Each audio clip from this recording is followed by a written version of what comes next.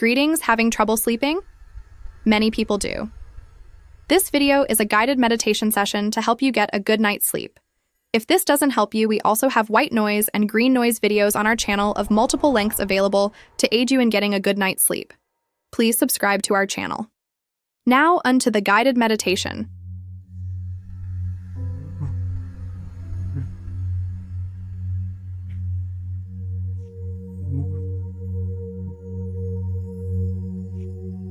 Take a deep breath.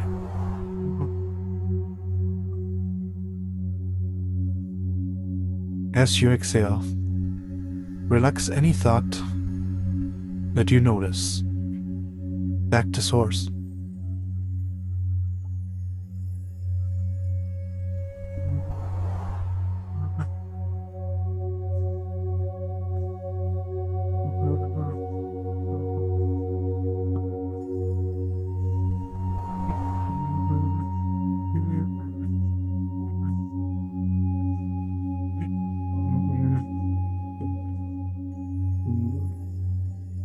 Acknowledge the presence of life here and now.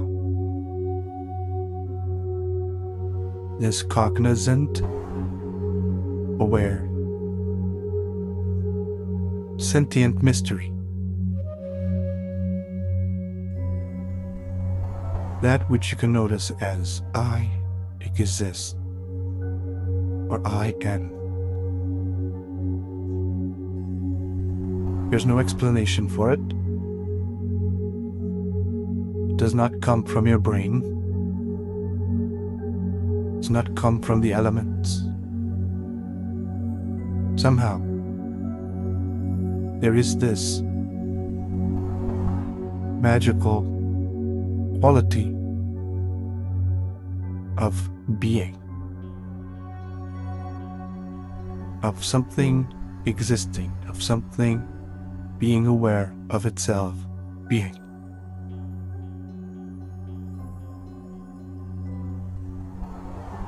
There's no way that two rocks bumping into each other for millions of years can suddenly create awareness itself.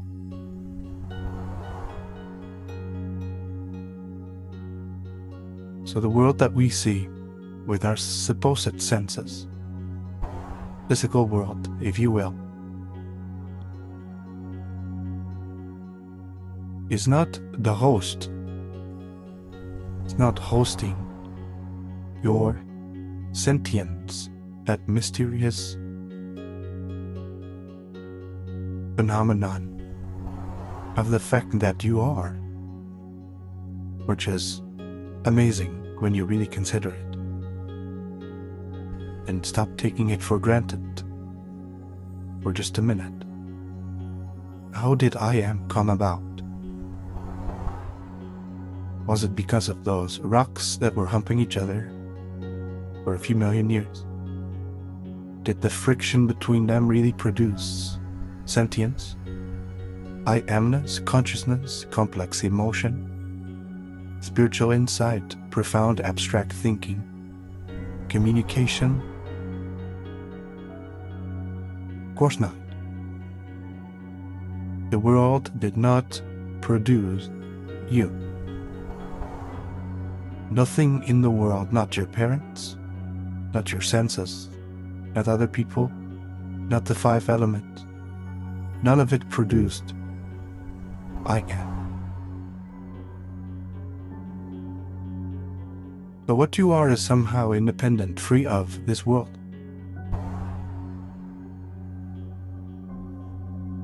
There's the kingdom of the senses, world of Caesar, the world of Newton. And then there is the kingdom of God, domain of the true self, the actual reality, which constitutes the perception, the bundle of colors and shapes and sensations and form that we label the world. You do not exist inside of that world. You are not made by anything that appears within it. That apparent world exists within this mysterious power that knows, that which actually, right now in your own direct experience, you go back to the heart, the very core of your experience right now. Look at yourself directly right now. You will see that beingness, that formless yet palpable beingness. Within that beingness, which has no form, therefore knows no limitation, has no parameters aside from existing. The perception of the world arises, appears, plays around, changes form. We shift through all of these trillions of frames per second, these timelines, creating this illusion of motion and space and time and separation. But it is always just a play, and nothing within the movie creates the screen. Nothing that the light projects itself through, whatever the image may be. None of the images it projects through created the light. So we have here a dual system. We have the world or the illusion, that play of perception, which includes your body, make no mistake. Your body is not the awareness, so the world does not exist inside of your body. Your body is a part of the world. And the entire world, including the perception you've labeled artificially, this is where my body ends and this is where the world begins, therefore this is my body over here and that's the world over there. Both of these are actually the same canvas, the same painting of perception itself. They're also the screen, equally, of the movie. Separation is an idea, it's not an actuality. It is not a findable reality. You do not end where your skin ends. You are. Within that you are-ness, on that background of consciousness, of being, the world appears, including this little avatar character of your body. It's because you're able to move it around at will, still doesn't make it ultimately absolutely real. Doesn't turn it into anything other than a perception. So we have again a dual system. We have the illusion, including the body. Let's call this the world of Newton. And then we have the kingdom of God, the kingdom of heaven, or the abode of reality, your actual self-beingness.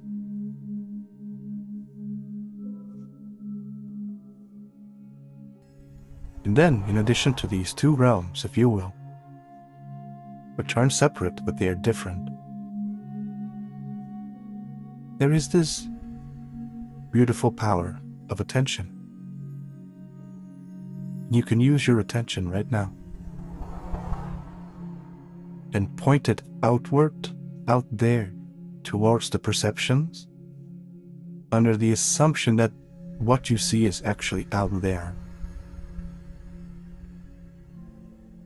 And then you can mentally describe, attribute labels, and stories, and past memories, and associative feelings and ideas to what arises within your perception. and thus get lost in La La Land, in the world of Newton, being taken over by the sense of solidity, separation, linearity, victimhood, and all those interesting qualities that come with forgetting your actual abode, the actual reality. Or you can take your power back, not like an activist or anything like that. Simply taking your attention back instead. That is taking your power back from the illusion to which you attribute yourself, to which you give your power, to which you have been outsourcing source.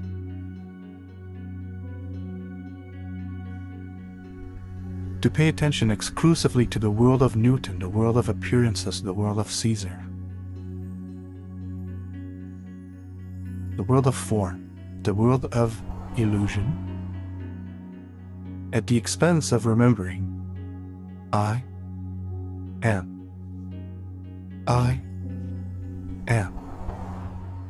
I am. It's to be lost in a world of your own imagination, thinking it is the real world.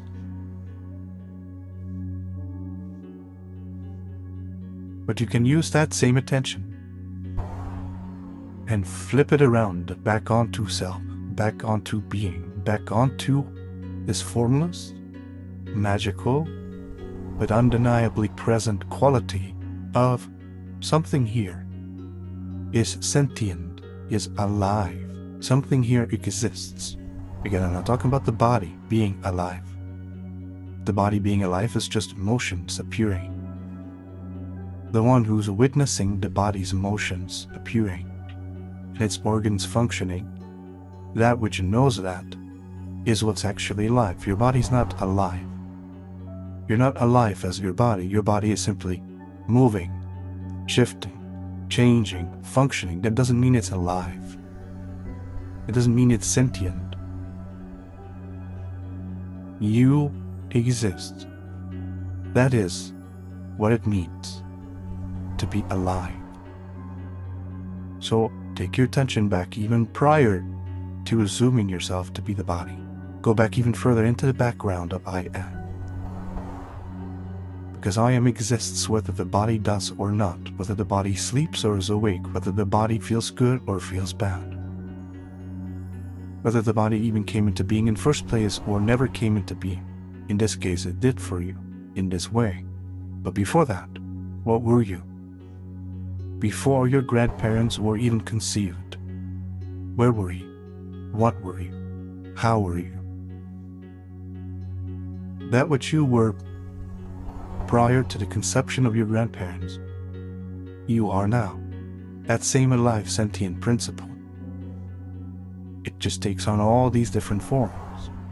It plays. And that's fine. But when you forget that it is a play, and when you attribute to it this reverent quality of reality, you misallocate what is real or truly alive or truly existent to the play, which is simply a playful product of that existence, of that aliveness, of that reality. Then once again, we are outsourcing source to a video game, to a virtual reality, to a holographic projection of what's possible, forgetting the actual substrate of I am. So to take our power back is the same suggestion as surrender your little self, your idea of I am this body, this limited body in this defined world, reality, You take your attention back, you take your power back, or you could say, if you prefer, I surrender. What do you surrender? Anything you can come up. You throw it in the fire of source. You give it back to this background of I am. You toss it into that trash bin, that beautiful, mysterious trash can of I am. It takes it all. You can surrender all of it, all of you, all your ideas, all your mental contraptions, your conceptualizations, and you can give it back to the background of being. You can give it back to source. You can give it back to life. You can surrender what you think of as yourself until you realize your actual self. But if you cling to the trash of the mind, then you refuse to throw it in the trash bin of I amness. Give it back to the container of God. Then you will carry around your trash. You will feel like you are this or you are that. You are mortal, you are time-bound, you are space-bound, you are small, your circumstances define you, so on and so forth. All the shades of distortion will be yours to carry, because they are hiding in your trash. But if you take your trash, which includes your most beloved preferences, your most ceremonial, dedicated sessions of worshipping this or that deity, this or that crystal, this or that tarot deck, you're unwilling to give that trash back to God. If you wish to continue to idolize and isolate the things you love the most, try to avoid the things that could threaten them, then you are not yet in a state of surrender. You are still living your own life like an activist. But the only activism there is against God. All activism is a form of taking action, whether mental, emotional, or physical, against all that is, the oneness, the great perfection, present throughout all that is.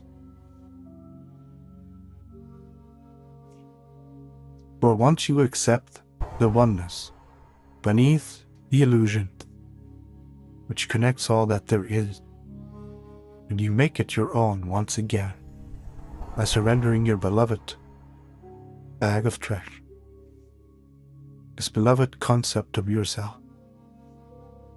Once you throw it out the window, once you give it back to source, once you trust God with it, once you surrender,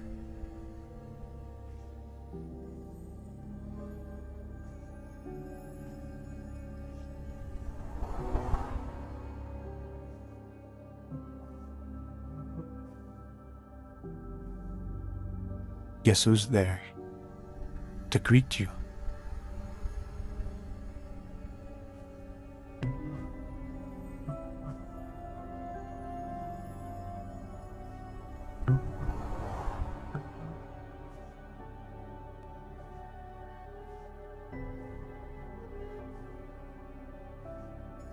If you trust God more than you trust your own trash, and you are fit for the path of surrender. You are fit for the reward inherent in that choice. But for as long as you shall cling to your trash, your ideas, your resistance, your protection, your safety, your comfort, in short, your ideas, because that's all that you have and all that you cling to, just a bunch of ideas. For exactly that long shall you continue to perceive a separation between I and God.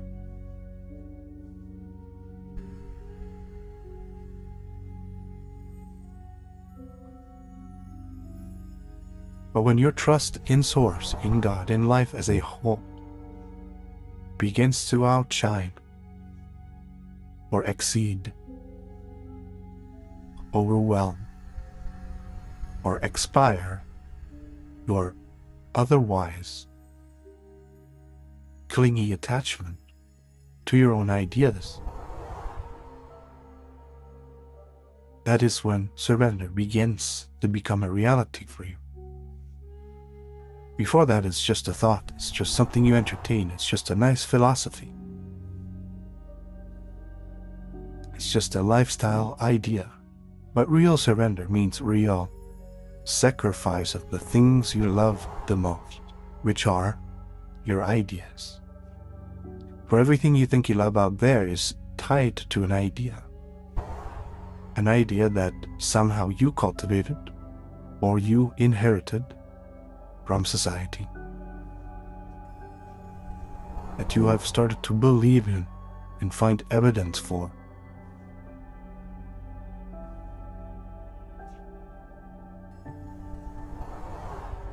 So are you willing to surrender what you think you know and trust the path? It shall be revealed through your surrender.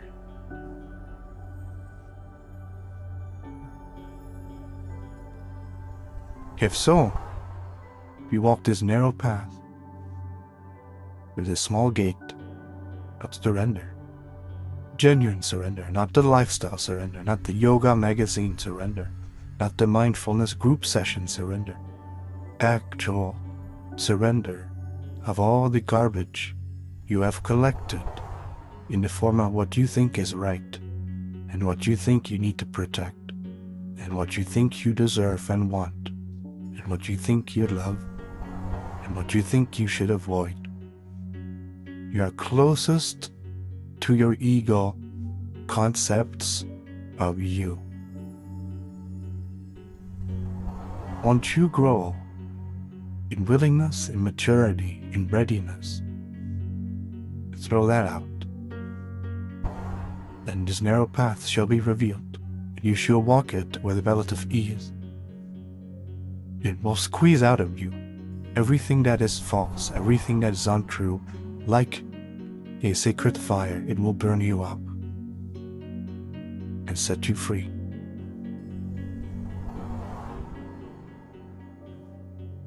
Then in this way, and this way alone, meaning in the sincere way, the genuine self-sacrificial way, sacrificing your ideas about yourself, only in this way shall you find a resurrection of self, a great transmutation, body, mind, spirit, beingness, awareness.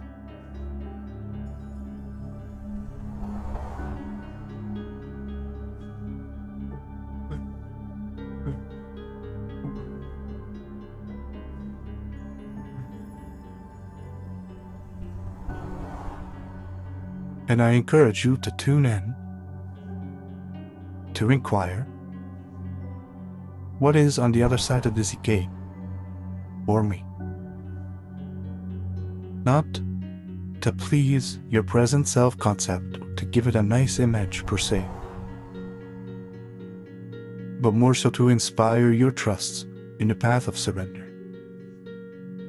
If you had to guess, intuitively guess, instinctively guess, what version of you, of the expression of you in this world of play, would arise, would emerge from the ashes of the fire of this transmutation process of your resurrection as a result of following this narrow path through this small, precise gate into genuine surrender, sincere self-sacrifice, sincere trust. something that's not made by you, as a mind, as a person, as a body. Once you go through that transmutation, and you are reborn, you are, in that sense, resurrected. If you had to intuitively guess or imagine, and you get a sense, a glimpse of that version of you and its accompanying state of consciousness, and, spoiler alert, blissful communion with Source, Intelligence, aka God.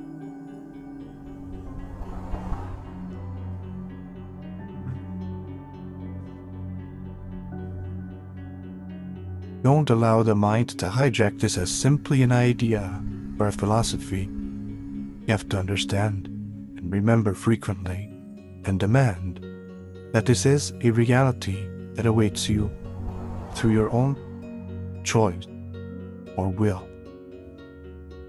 It is not reserved for some special beings. It is not some abstract yogic concept. It is not found in religious texts. It is an actual reality that awaits everyone.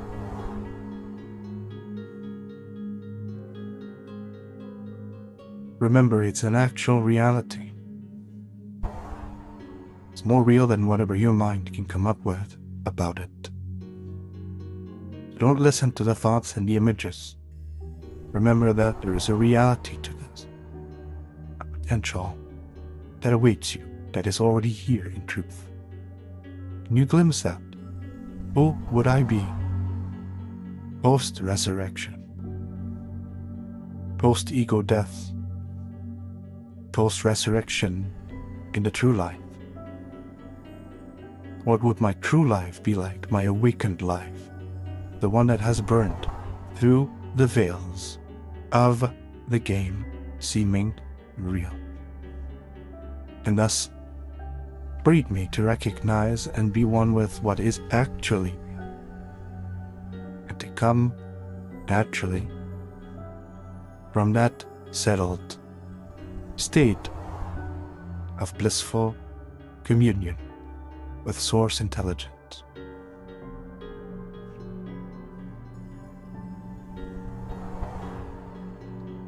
If you had to glimpse, if you had to guess what your life would be like, what your state of mind, your state of consciousness would feel like, what sense do you get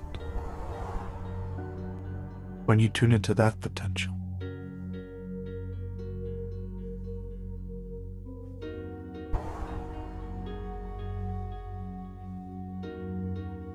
And would that be worth it to you? Would that be worth the sacrifice of being so attached to chocolate over abandonment? Who says chocolate is better than being abandoned? When was the last time you learned more from eating chocolate than you learned from being radically abandoned? So tell me, O brilliant mind with ideas and righteousness, why is your chocolate date with yourself preferable over being abandoned by someone you've given your commitment to? Tell me, what is so much better about chocolate? What is so much richer about it? Or whatever else you prefer, or idolize, or think you love. What's so much better about rock climbing, or martial arts, or ballet, or watching Netflix, than being torn to shreds by the person you love, emotionally, mentally? This is just one example. But why do you protect what you think is worthy? And why do you avoid what you think is unworthy? because you believe in false ideas, and therefore your vision is not clean. You do not see as God sees. You do not see what is bright. You do not see what is righteous. You do not see what is correct. You do not see what serves you most. Thus you are in anti-Christ thinking mode when you resist. Safe to assume that every single one of your thoughts, every single one of your ideas, except perhaps the notion of source, the notion that all is the one, are all delusions going against the grain of God's natural rhythm, fabric, and waves. So do not be too attached to your ignorance, for it is just that. Know instead, I do not know. I release my righteousness, my false righteousness, so that God's true wisdom, Source's true righteousness, can shine through me, can illuminate me, through my humility, through my surrender, through my trust in the power that puts every planet in its perfect orbit, that has given me this sense of I am, that allows for me to play with the chocolate and play with the abandonment and everything in between in the first place. To honor God truly means to have faith in God more than you have faith in your human pea-brain. You got to remember to put this in perspective till you feel I do not know. What I think I know is garbage. Let me toss it in the collection bin of the great I am. Let me trust in the great I am. Let me cleanse my vision of preferences, of ideologies, of concepts, of belief systems, and simply trust in the now as it is. And let my intuition show me and guide me and amp up my recognition of Source intelligence, of this wide open awakeness that's here right now, this lucidity of being. That is God. Trust in that. Surrender to that. And it will re-inform you. It will re-instruct your mind, body, spirit complex. This re-information process could also be described as resurrection, transmutation,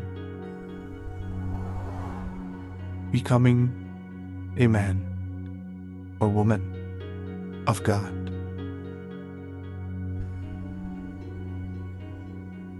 Take a deep breath.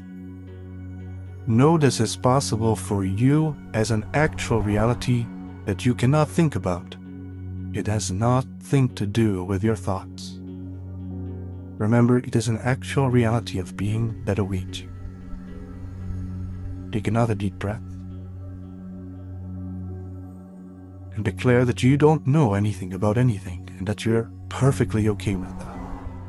That you will trust in Source as a greater intelligence. Take another deep breath. Declare to yourself, if you will, or it's up to you, I surrender to you. I surrender to Source. I surrender to the whole.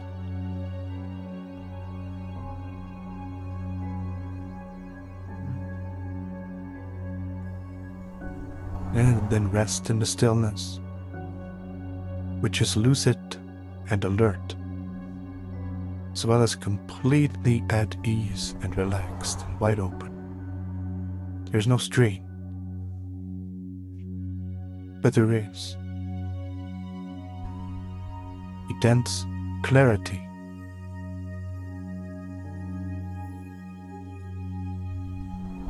a recognition, a palpable presence that has no form, yet knows all form.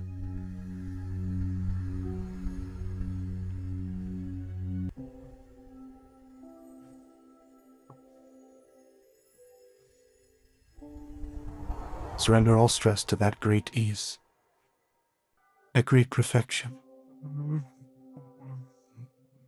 of reality.